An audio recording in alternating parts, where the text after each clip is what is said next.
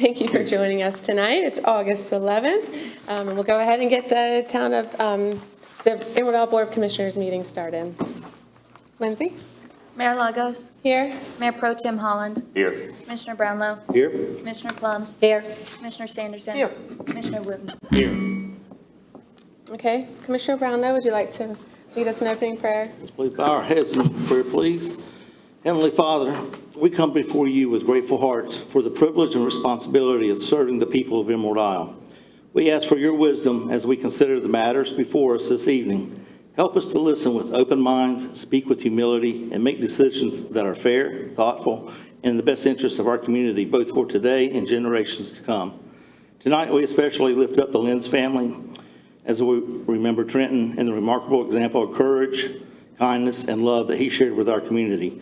May your peace and comfort surround them. We ask your continued protection over our first responders, our military, our law enforcement officers, town staff, and the many volunteers who faithfully serve our community each day.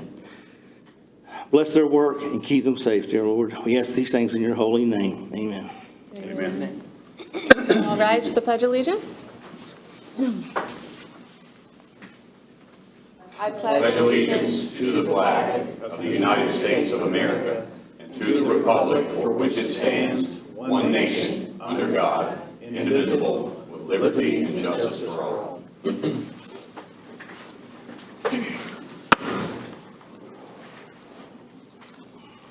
Okay, now it's time for public comment.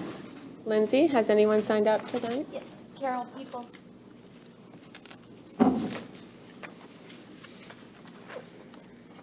Hi, it is on. I'm Carol Peoples, 401 Hickory Street. I just wanted to make a comment about a topic that was discussed a little bit last month about reappointing city members on the planning board, and I've emailed all of you, so none of this is a surprise. But I just wonder if it would be a good idea, because we have other residents who are interested in serving, to consider term limits for the planning board. And I think if 2 consecutive term limits would give you 6 years, and then if you're still interested, you could sit out for 3 years and then come back and be considered with all the other applicants. That was just a suggestion, because I think a lot of people are highly qualified and very interested in serving. Thank you, Carol. That's it? Okay. If anyone else forgot to sign up but has a comment? No? Okay. Well, you guys, everyone knows that you can all email us at any time, and we're happy to read and respond. So moving on, we heard you from last month. If there were any comments from that section or follow-up needed, we have printed them and they're on the back. Would you like to do the? Any conflict of interest, Mayor Lagos? No. Mayor Pro Tem Holland. No. Commissioner Brownlow. No conflict. Commissioner Plum. No. Commissioner Sanderson. No. Commissioner Wooten. No. Okay, great. So now we can move on with the adoption of the agenda tonight as written. May I have a motion? So moved. All those in favor? Aye. Okay. So next we have our public announcements. They were rolling through as everybody arrived this evening. There are some larger festivals and things coming up. We have Kid Fest, Labor Day weekend. We have Emerald Fest. Is this the last concert coming up in August? Or is there another one? We had a cancellation earlier, so we rescheduled that to August 20th, so that'll be the last one. So Okay. we'll have one on the 13th and the 20th. Okay, great. So everyone get out and watch some music on the beach. We have a blood drive coming up on the 21st. And then the Youth Advisory Council's first meeting will also be in August. There will be a proclamation tonight. Jason, if you would please read it for us. Absolutely. And first off, thank you to Trent's parents for being here tonight. It means a lot. Thank you for allowing us to do this. And thank you, Mayor Lagos, for allowing me to break protocol a little bit and read this proclamation. It means a lot. Thank you so much. The Town of Emerald Isle Proclamation honoring Trenton Lenz. Whereas Trenton Lenz was a beloved member of the Emerald Isle community and a ray of light to everyone who knew him. And whereas Trent had a profound love for Emerald Isle and embodied the family beach vibe. Trent enjoyed bodyboarding, surfing, the outdoors, spending time with his family and friends, serving patrons at South Swell Surf Shop and Fish Hut Grill, his work homes. Whereas Trent was always a joy to be around, bringing smiles to his friends' faces simply by being himself. Whereas Trent was diagnosed with craniopharyngioma in 2013 and courageously battled numerous health challenges stemming from this rare brain tumor. Whereas despite these challenges, Trent never relinquished his innate joy, his positivity, and love for life. Whereas Trent passed away on July 25th at the age of 28 years old, Trent touched countless lives in Emerald Isle with his infectious personality, strong character, and giving spirit, and set a positive example for all in the face of significant challenges. Now, therefore, I, Jason Holland, Mayor Pro Tem of the Town of Emerald Isle, by virtue of the authority vested in me, do hereby issue this proclamation honoring Trenton Lenz for his kindness, positivity, courage, strength, and love of community, and urge all residents to reflect on these qualities that he embodied. May we all live our lives forever stoked. Proclaim this 11th day of August 2026, Jason Holland, Mayor Pro Tem, Emerald Isle.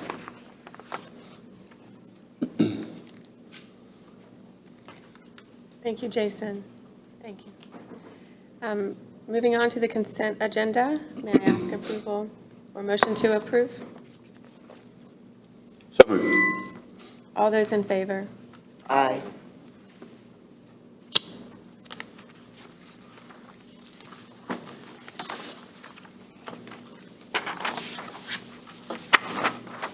Okay, as we move on to item number 11 on the agenda, I do want to make an unofficial announcement. Official, unofficial, I don't really quite know. But I want to make the announcement that our planning director here was the zoning official of the year for the second time in a row from the North Carolina Association of Zoning Officials. So, Mr. Knapp.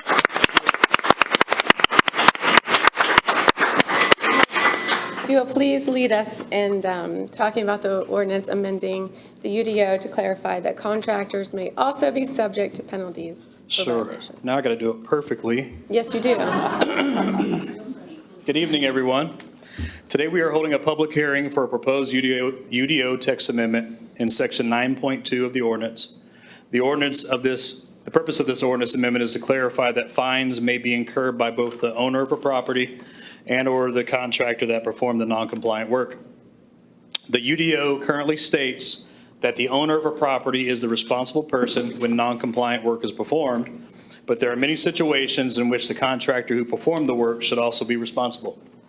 We are proposing this section to read, the owner of and any contractor, subcontractor, equipment operator, or other party performing or directing work for each property located within the town is responsible for ensuring that the development, redevelopment, use of the land, and improvements to the land on that property occur and are maintained in compliance with this ordinance. Notice of violation shall be issued to both the owner and any contractor, subcontractor, equipment operator, or other party performing or directing work. Fines may be incurred by both the owner of a property and/or the contractor, subcontractor, equipment operator, or other party that performed or directed the non-compliant work. The proposed amendment would apply to any violation of the UDO in the future. On July 27th, the Planning Board reviewed the amendment and voted 5-0 to recommend adoption of it. They also completed a plan consistency statement stating that the amendment is consistent with the comprehensive plan and reasonable and in the public's best interest because on page 1-9, it states, we will review, modify as appropriate, and enforce zoning consistent with local municipal efforts, and the capability to charge contractors in addition to property owners in specific situations may help deter land use violations from occurring in the future. All required public hearing procedures have been performed as directed by our ordinance and state statutes.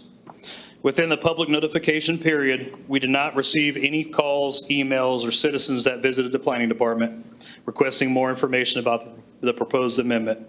And at this time, I ask the board to make a motion to begin the public hearing before making a final determination. Thank you. I'll make a motion to open the public hearing. All those in favor? Aye. Excuse me. Uh-oh, just joking. Come on. I'm sorry, I'll try not to get up here too much. You're Carol good. Peoples, 401 Hickory. I support this amendment, and I'm asking you to as well. I see it as an easily implemented step, especially with our new building inspectors on staff, to better protect our coast. The contractors, who are the people, maybe the little guys actually doing the work, I think rely on their reputations and word of mouth. And I think having them be sure that they know the rules is just another layer of protection that we can build in. And if someone above them is asking them to do something that is not in line with the ordinance, then that's the place where it should stop. It's just, to me, another layer of protection. So I hope you'll consider it. Thank you, Carol.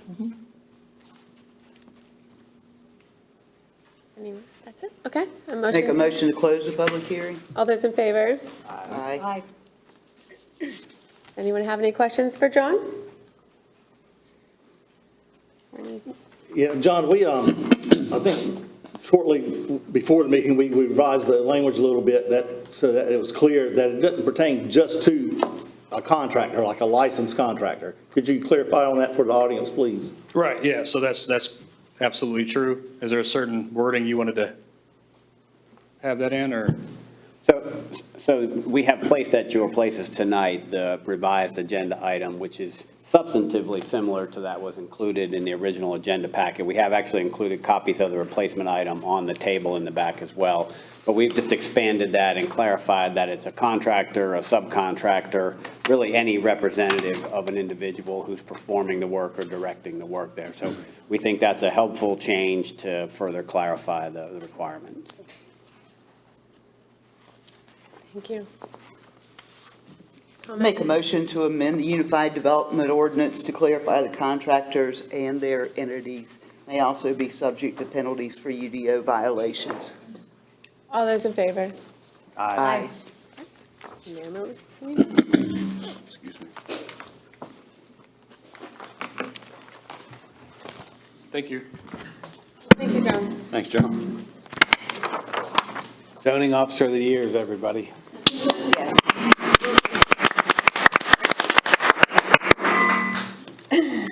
Okay, agenda item number 12. This is regarding amending Chapter 2 of Administration, the Code of Ordinances, to extend certain lifetime recreation benefits to planning board members with 20 years or more of service to the town. Frank?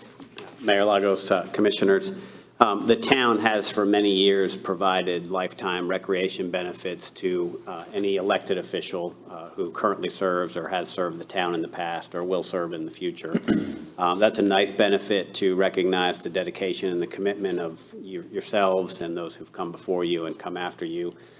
We also provide a benefit for employees who've worked for the town for 20 years, the identical recreation benefits. Essentially what that is a free beach driving permit, a free community center membership. It's also a free regional access parking permit. And you might ask, well, why do they need that if they live in Emerald Isle? Well, perhaps if they're former, they may move to another community and so forth. And then the other benefit that's provided is free access to a future public fishing pier. And obviously, we don't currently have any public fishing piers in the town, but this provision was enacted years ago when the town contemplated having a public fishing pier. So it was written to incorporate that in the future as well, probably 20 years ago. We provide that benefit for current, past, future elected officials and town employees with 20 years or more of service. The proposal for your consideration tonight is to also extend that same benefit to long-serving planning board members. And essentially, the 20 years mimics the 20 years that's available to full-time town employees.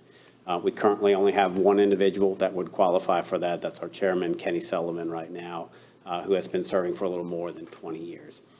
This amendment was requested by Commissioner Wooten, and again, is just another effort to recognize and show appreciation for those who are willing to provide that kind of service to the town going forward. So happy to answer any questions you may have about it. Board? I would just say that I suggested this, and again, it mirrors the long-serving employees. I think that it's great to have a commitment and folks that are willing to serve the town for that length of time. and it's not a huge expense necessarily to grant these privileges, but I think it's a great recognition.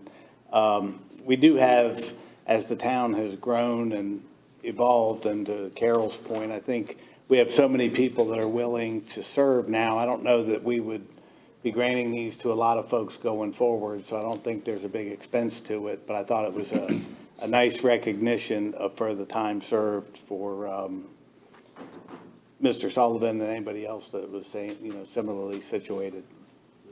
One thing I neglected to mention, just to clarify for everyone's sake, we also provide those same benefits for current planning board members, and we have for many years. That's not actually codified anywhere in the ordinances or the town policy, so this ordinance would also rectify that issue as well.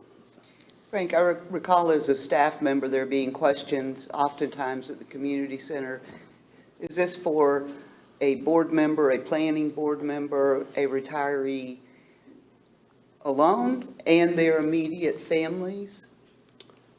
Yes. Or, I think we need to define that, because immediate family would be defined as any other legal definition of immediate family. Yeah, I will tell you the intent is for the member himself or herself. Okay. We can certainly revisit that if you all would like to, but that's. No, I'm fine with that. I just think it needs to be clarified. Sure. I was just wondering too about just the recognition of longevity, because that tells us how long someone has occupied a position, but it doesn't by itself tell us like the quality, the impact, or the character of that service. And I just would want to make sure that if you're going to bestow upon someone a special privilege, then certainly I would hope that that service would merit that, other than just longevity. Well, if they retire, apparently they've been in good standing. They would have to have been reappointed numerous times, right? Well, for planning board. Well, I've seen that just reappointing itself that can happen, regardless of merit of anything else. Yeah, I think, as has been alluded to before, I think it's highly unusual, right? I think you're very unlikely to have this situation many times in the future, if at all. And so, I am fine with this, but I do want to revisit term limits. Well, tonight, do we want to make a motion to adopt this ordinance amending Chapter 2? I'll make a motion to adopt the ordinance amending Chapter 2, Administration of the Code of Ordinances to extend certain lifetime recreation benefits to planning board members with 20 years or more of service to the town. Okay, great. All those in favor? Aye. we will, we'll certainly bring you something on term limits for planning board members and probably Board of Adjustment members also going forward. One thing that I think we're going to have to research is whether that should go through the general code of ordinances or whether that should go through the UDO. If it has to go through the UDO, which is where those terms are currently codified, that requires review by the planning board first and then advertising public hearing, same process you just went through a few minutes ago. So I want to get clear, and I'll talk with the town attorney and others and make sure we've got the right process outlined. So that may come back directly to you all, or it may go to the planning board, depending on what we learn. Okay, thank you. So moving on to agenda item number 13. This is regarding the resolution requesting NCDOT designation of NC 58 as a no parking zone. Mayor Lagos, Commissioners, I did want to point out that I actually placed a replacement item at your places tonight and apologize for the number of those this evening. There's also a copy of this on the table in the rear of the room as well. The replacement item is the same substantive consideration for the Board of Commissioners. It's just in the form of an ordinance as opposed to a resolution. Last week when we put the agenda packet together, was under the impression that it would need to be a resolution. Learned earlier today that it should be an ordinance. So you actually have the authority to establish a no parking zone on Highway 58 if you should choose to do so. The recommendation that's presented for you is to name the entire length of 58 in Emerald Isle as a no parking zone. Historically, the perception has always been that it is a no parking zone. It was really never an issue over the many, many years until recently. We've had folks parking near the intersection of Mangrove and Highway 58 in kind of a haphazard manner there and potentially presenting a safety consideration at that intersection. Obviously, it's the most heavily traveled road in the town. Obviously, people are traveling faster speeds on Highway 58. We've got a lot of bicyclists and pedestrians milling around with the bike path and the sidewalk. And as you know, and I'm very proud of, and our staff, I think, should be very proud of, is we invest a lot of resources in trying to keep the whole Highway 58 right-of-way looking attractive and very well maintained. So if you're going to have people parking on that, it kind of is contradictory to that goal. So the recommendation presented for you tonight is to consider the ordinance. If the board adopts the ordinance, it will be conveyed to the NCDOT. They ultimately would be responsible for placing future signs on Highway 58, and I will be working with them to hopefully find the right balance between effective signage to communicate the requirement and also avoiding sign clutter, because I think we're very sensitive to having too many signs out there. It's really intended to just kind of formalize what the actual perception has been over the years, and hopefully it would be helpful going forward. So. Frank, it exempts festivals, right? I mean, special events or? Yeah, that's right. We have language in the current code of ordinances that allows the town manager and the police chief to allow parking for like things like St. Patrick's Festival or the marathon and those kind of things. So that would not change. And if a car is broke down on the side of the road, does it get stickered or does it, is that just going to be kind of like a common sense employment there? Yeah, absolutely. And there are other provisions in the code of ordinances too that talk about those kind of emergency situations. Certainly if it's a bona fide situation like that, we're going to be, apply common sense. Excuse me. I'm not opposed to it. I do have one, excuse me, question/request. Because it's not formal now, just in my experience driving up and down the road all the time, I don't see it on a regular basis. I have seen it before, excluding festivals and things like that. I think if we were to pass this, I don't know if it needs to be written in hard language or whatever. Because it's not formal now, if we decide to make it formal tonight, I agree with you on limited sign clutter, but at the same time, one concern would be that it's not formal, there's no signs. I don't think it would be fair and just if we do pass it, excuse me, to see someone park there and for it to be a ticketable offense the first time. I would encourage admin, LEO, staff, everybody, there's a one-time warning.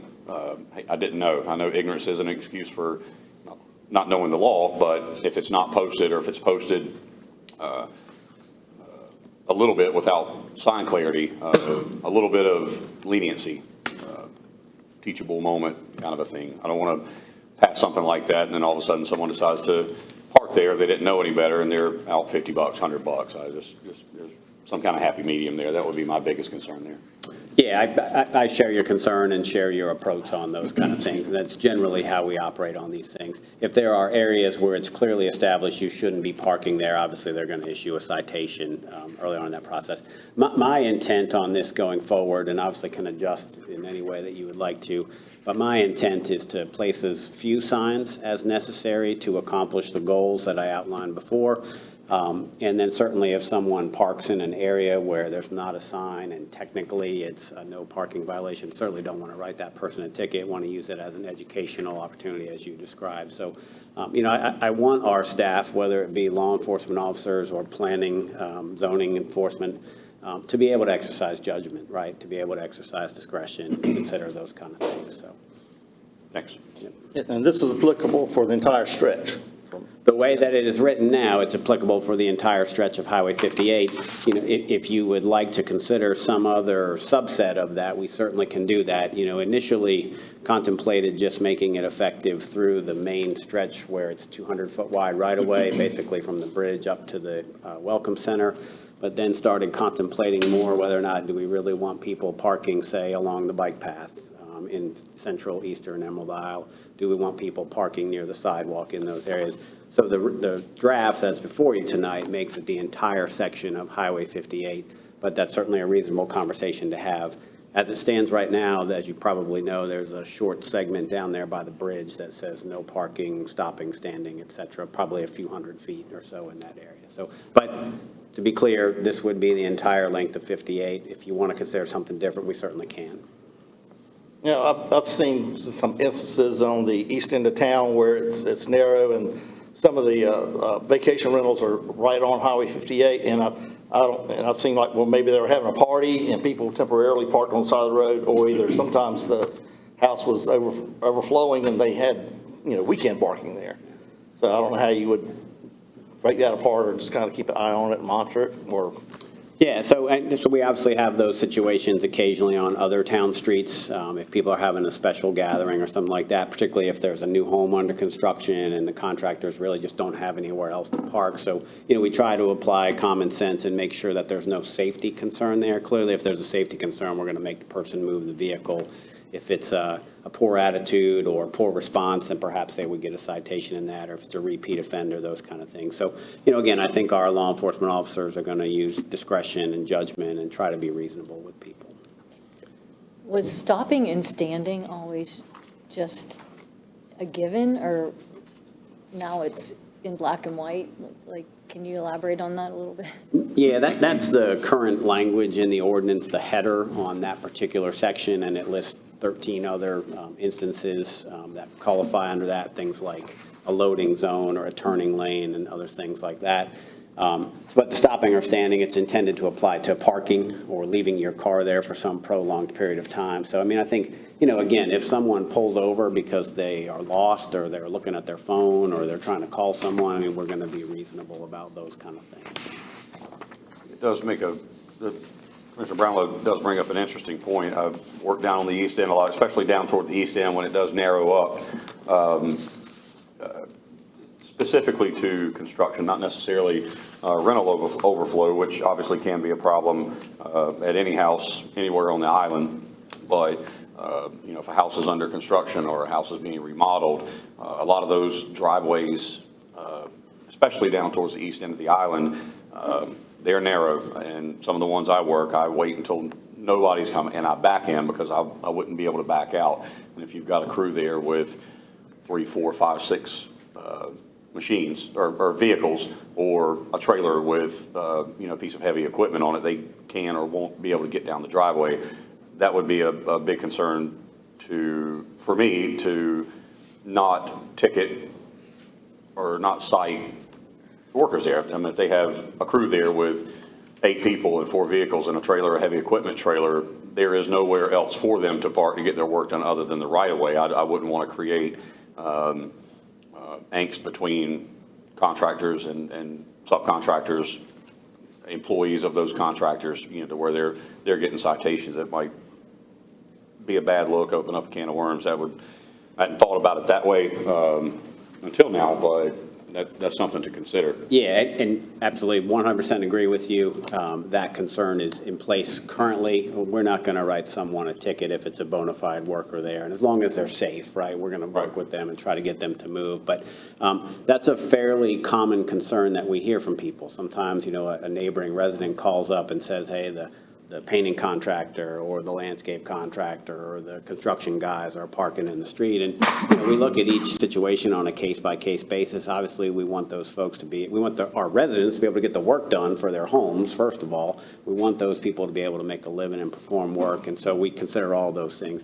I don't want our guys going out there writing a bunch of tickets for that kind of situation, right, as long as they're being safe and, you know, parking as safely as they can. Right. I feel like we've addressed the situation that's probably brought this up to light. Are we being, I don't want to say forced by NCDOT to put this ordinance in place, or? So to be clear, this action would essentially formalize what we've done at the intersection of Mangrove and NC 58. Absent an action like this or for that specific location, that's technically invalid. I ultimately decided it was a big enough safety concern and took the step to ask our staff to put the no parking signs up there. And DOT's comfortable with that, and I certainly consulted with them on these things. But absent you all adopting an ordinance like this, for whatever area of 58 you want it to be, we would have to take down those signs. So this is essentially bringing us into compliance with DOT is maybe a better way to say it. Just making the rule. That's right. Yeah. Okay. Would you guys like to move forward with making a And motion? let me say this also, if you think that was an overreach on my part, or if this is not something you're comfortable with, absolutely respect that, and we'll adjust accordingly and remove the signs. But I know we received several complaints about people parking on the highway down in that area. I think it is a safety concern. We've had some concerns from law enforcement about that. And I want every business here to be successful. I also actually discussed this issue with the business owner in that area. He was comfortable with putting up the no parking signs in that area. So it's, as you can probably tell from this conversation, it's all basically a big balance, right? And trying to keep the peace and keep safety in mind, so. No, I think as long as we're applying some common sense and some reasonableness in application of the ordinance, I'd make a motion to adopt the resolution requesting NCDOT designation of 58 as a no parking zone. Commissioner Actually, Brown? we have to amend the, if we could revise that, Commissioner Brownlow, to, what we need to do is amend Chapter 11, Transportation of the Code of Ordinances, by adding the following section, 1128, stopping, standing, and parking. No person shall stop, stand, or park a vehicle in the following locations at any location in the North Carolina 58 right-of-way in the corporate limits of the town of Emerald Isle. As amended. All those in favor? Aye. So was that 3? Yes? Excuse me, I'm going to vote no just because I feel like there's a little more talking to be done, a little bit more working to be done. I'd like contractors, things like that. I think that there's a little bit too much room for interpretation. I'm not totally opposed to it, but based on the information I have now, my vote would be a no vote for just for right now. Okay. And we can come back and visit it and refine it. Correct. Yep. Okay. Well, as it stands now, it passed. Right? Yeah. Yes. There's 3, yes. Okay. Thank you. Okay, so moving on to the appointments for tonight. We will need to have a roll call vote to appoint 3 individuals to the Bicycle and Pedestrian Advisory Committee. That would expire in 2028.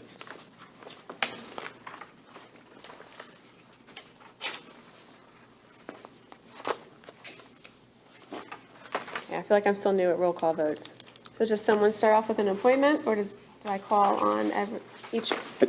I would recommend that each of you make any nominations that you would like to see move forward for that, and then conduct the roll call. Okay. Do I have any nominations? For the, is this for the bicycle Bike and- path? Yeah. All right, so we got 3, the 4 that's to be reaffirmed, and 3 vacancies. I'd nominate Jeremy Fowler, Jean Fries, and Christina Voltaire.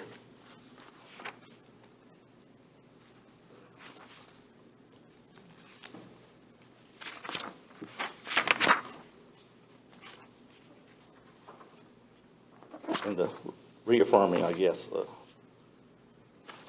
Mike Taylor, Ari Gailey, Kevin Stewart, and Judy Stark. I don't think we have to do a roll call on those, do we? To reaffirm? I don't think so. No.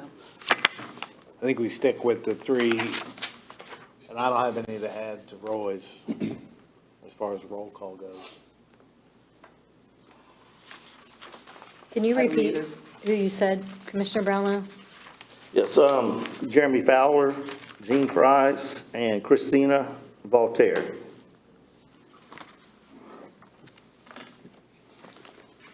Okay.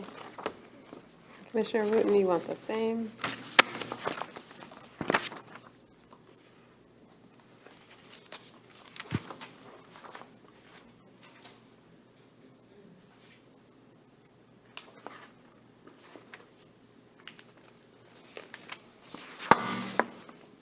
We need a ballot. Go ahead, you're back. No, I was just going to say I was fine with the reappointment of Gailey Stewart and Stark and Mike Taylor. Okay. And we have to add 3. Second.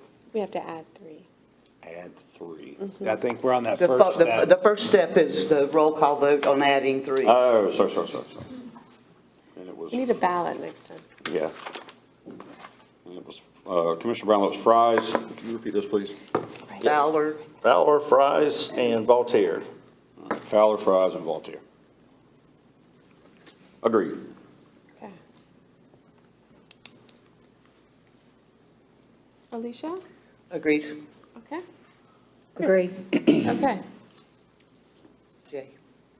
Oh, Jay, he agreed already. Oh, yeah, I agree. Yep. Okay. So the, I make a motion to reaffirm the appointment of current members Gailey, Stewart, Stark, and Taylor to terms on the Bike and Pedestrian Advisory Committee that would expire in December of '27. all those in favor? Aye. Make a motion to reappoint Deb Mueller to a 3-year term on the IPRA Inc. Board of Directors that expires in August 29. All those in favor? Aye. And then we also need a roll call vote to appoint one individual to fill an unexpired term on the EIPRA. I make a motion that this be tabled until we have additional interest in this position and the town seek applicants for that position. Okay. Sounds reasonable. All those in favor? Aye. Okay. Is that all of it?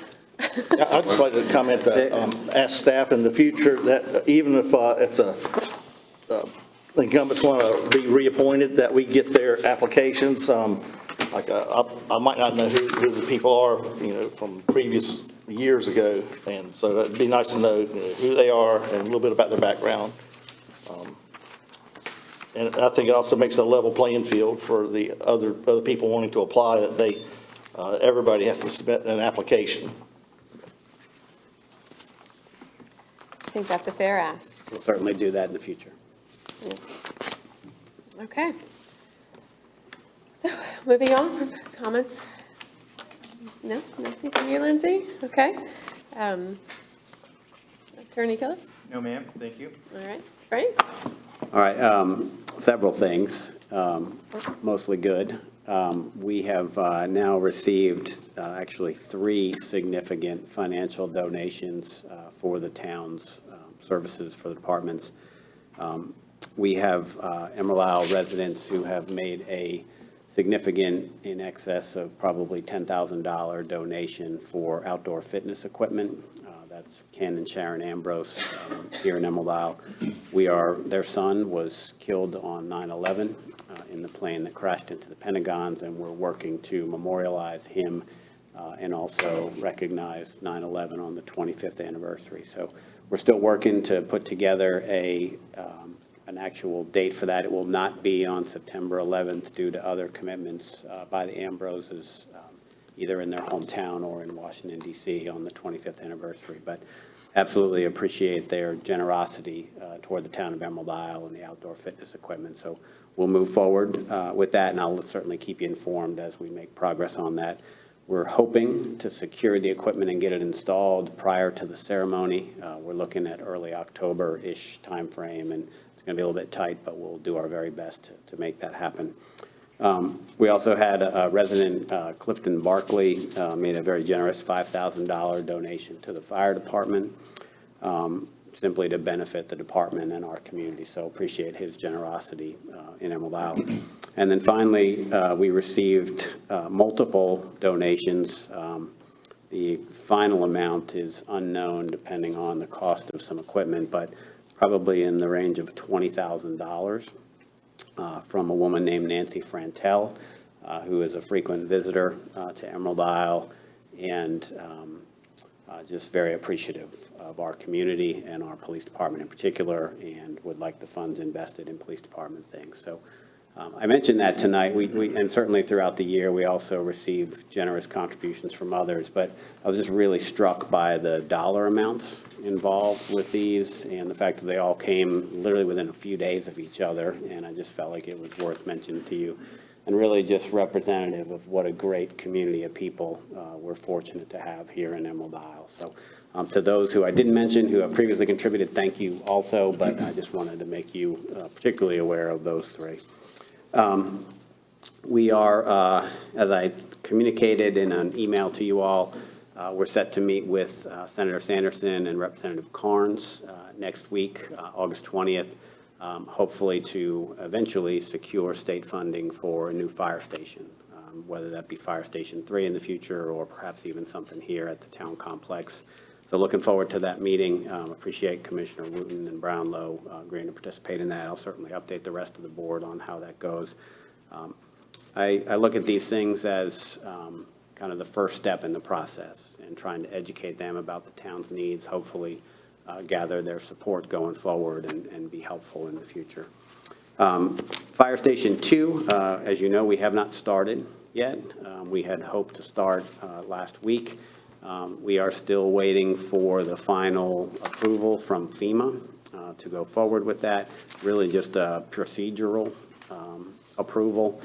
We are actually starting to see a little bit of movement on that. We reached out to Congressman Murphy, and his staff has been helping us trying to move that. I don't think there's any concern about it. I think it's just the bureaucratic process that these things go through. So we will get started on construction as soon as we get that final word from FEMA. Ironically, that outstanding reimbursement of more than $1 million is wrapped up in that same process, that we've been waiting for that for about 15 months now. So anyway, appreciate everybody's patience on that. Really look forward to getting that started.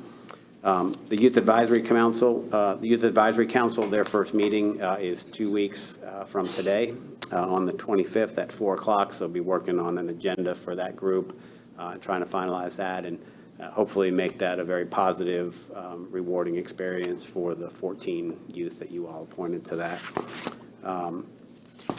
Several other things in the written materials. I'm happy to answer any questions you have about anything. My intent with the memo is to give you guys and the public updates on things that don't rise to the level of board action at this point in time. And sometimes it's really just to kind of give you an idea of what future agenda items might be coming down the pike. So that's the intent behind that, and hopefully that's helpful. Happy to answer any questions that you may have. I don't have a question, but I guess this is a question.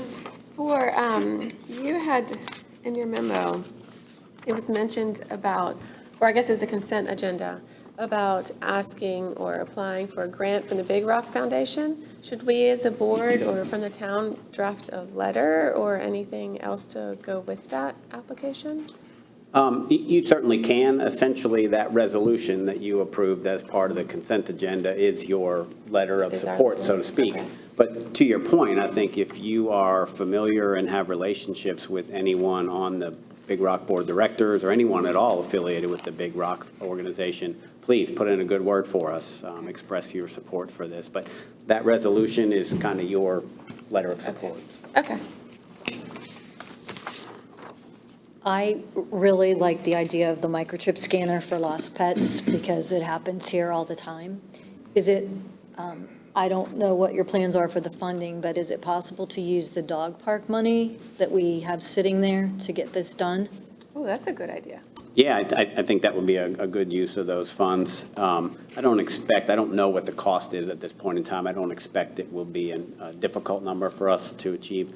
The other thing I've asked staff to do is to see if there's some sort of app that does the same thing, right? That we can certainly do both and have a scanner here at the police department, but also just advertise there's an app and you can find it. I don't know if that exists or not, but that's the other angle that we're doing. So should be a really nice thing. And I think we can figure it out. Dog park fund would be, I think, a good source. So another citizen had asked me, so now when our pets get picked up by the police, they get put in those cages, if we could use any of those funds to make that more of a pleasant area for them.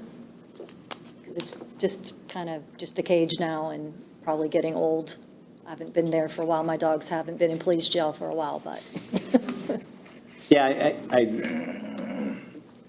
think that's a worthy cause for us to pursue. I probably would want to go back. I just don't recall what the commitment was of the people who contributed to the dog park fund. I'd want to just make sure that we're honoring their commitment on the microchip scanner. I'm expecting that'll be a pretty easy thing for us to accommodate. I would just want to make sure that we're honoring the wishes of the people who made the contribution. So, and I don't know. So. Any other questions for Frank? Okay. Thank you, Frank. Alicia, would you like to kick us off down there? Sure. Just thank everyone for coming out tonight. I appreciate all the response from the public that we received on the UDO amendment, and appreciate everyone's input on every aspect of town government. It's great to know what you think, and those are things that we obviously need to take into consideration very heavily. Thank you. Commissioner Wooten? Yes, thanks everybody that's here and everybody that's watching. But two things I wanted to touch on. One is the trolley. I had the opportunity about a week ago to do a full circuit of the trolley and had some friends join along the way, and they got on and got off at different spots, but got the whole trolley experience. I got to tell you, the route and the flow is so much better than what I would think just looking at it on paper. So I would encourage everybody to go out and use that trolley and actually take a ride. It's very well air conditioned. The young lady that was driving was absolutely lovely. She was fun to talk to. And it drops you just about anywhere that you would want to go. And I suspect if you wanted to stop somewhere and you raise your hand, she might stop and let you out. So I think it's a great thing. I'm excited to find some way to fund it that isn't taxpayer dollars for the coming years, because I think it's a tremendous service and a great idea. And I think the more folks get out and try it, I think the more you would use it. So that's one. And the other one, I was going to say, I love the idea of the dog chip scanner. And the dogs always turn up missing the day they're leaving. That's the one that really gets me. So it would make it a whole lot easier to connect the dog with the people, hopefully before they leave the island. So I'm all in for whatever we need to do. I think the dog park money is a great idea if we can use it. And if not, I don't think it's going to be a huge lift. So I support doing whatever we need to make that happen. I think those dogs are pretty smart. They don't want to leave. Exactly. You got that right. Commissioner Brownlow? Yeah, thanks, Mayor. I want to go back and talk about that 20-year recognition thing, and I agree too with the term limits to give other people opportunities to serve also. But I'd like to keep it on the broader recognition for Emerald Isle, that it was shaped by not just one or two or three people. It's been a cumulative effect of founders, residents, staff, volunteers, civic organizations, business owners, elected and appointed officials, and just generations of families that have shaped and molded Emerald Isle into the family beach that it is today. And I'd like to see us maybe honor and celebrate all these people with maybe a Founders Day parade or a Founders Heritage or a Emerald Isle Celebration Day or something like that. I think that way it'd be inclusive of everybody that's contributed to the success and to the beautiful home that we have today. Thank you. That sounds very interesting. Commissioner Holland? Short and sweet. Thank you, Ambrose, Barkley, and Frantel family for your generous donations. That's remarkable. Thank you, Jennifer and Justin Lenz. I know they had to leave, but thank you both for being here. Thank you for giving us Trent, and grateful for the opportunity and time that we got to share with him. That's it. Thank you. Commissioner Plum?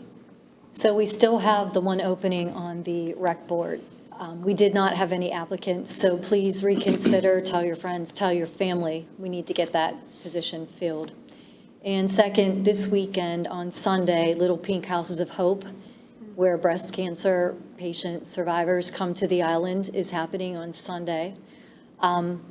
The trolley company has graciously donated the trolley to take them from the Watson House to Land's End for their lunch, free of charge. And the Emerald Isle Garden Club supplies bouquets of flowers for those folks that are coming in with their families. There's 7 families this year, so if you see them out, just give them the warm Emerald Isle welcome. Thank you. Mayor, I got one more thing too, if I could. I'd like to recognize that Public Works Department. Frank had mentioned it earlier about how they maintain our streets, but there's so much more other work they do that's not even, it's what you don't notice that makes them a success. And that's they do get rid of the trash and stuff, the tree limbs and collecting yard waste and everything. But I mean, they're up at the crack of dawn. I was, get on the pier cam to check the surf, and there goes the Public Works truck, and it's still, they got their headlights on because it's not even daylight yet. And so I applaud these guys for the work and dedication they do. They do a tremendous job. And I was asking someone the other day, I said, look on the side of roads here. What is it you don't see? They're like what? I said, you don't even recognize it, but you don't see the trash and litter. It's a really clean town that we have here, and the roads are maintained good. And I'd just like to recognize our Public Works Department and staff. They do a tremendous job. Thank you. I just have a few things as well. So it has come to my attention, thank you, Mayor, Commissioner Waldrop, about there's a public information meeting regarding the Highway 24 and 58 intersection on the other side of the bridge. It's going to be happening on August 18th between 3:30 and 7 at the library off of Taylor and Ocean Road. Obviously, that's going to affect us all. So if you want to know what that going to bring to us. That's happening then. And then also on Thursday, August 20th at 1:30, the Civic Center in Morehead City, there's going to be an update on I-70 and Interstate 42. I'm hoping to attend both, so I will try to share what I learned from that. I think this summer, personally, has kind of taught me that we need to readdress pack it in, pack it out a little bit strongly moving into next summer.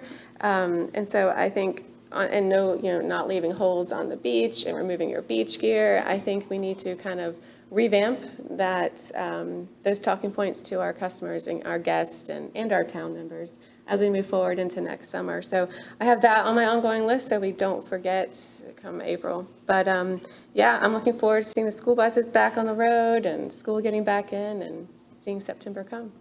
So thank you everyone for being here. Motion to adjourn? All those in favor?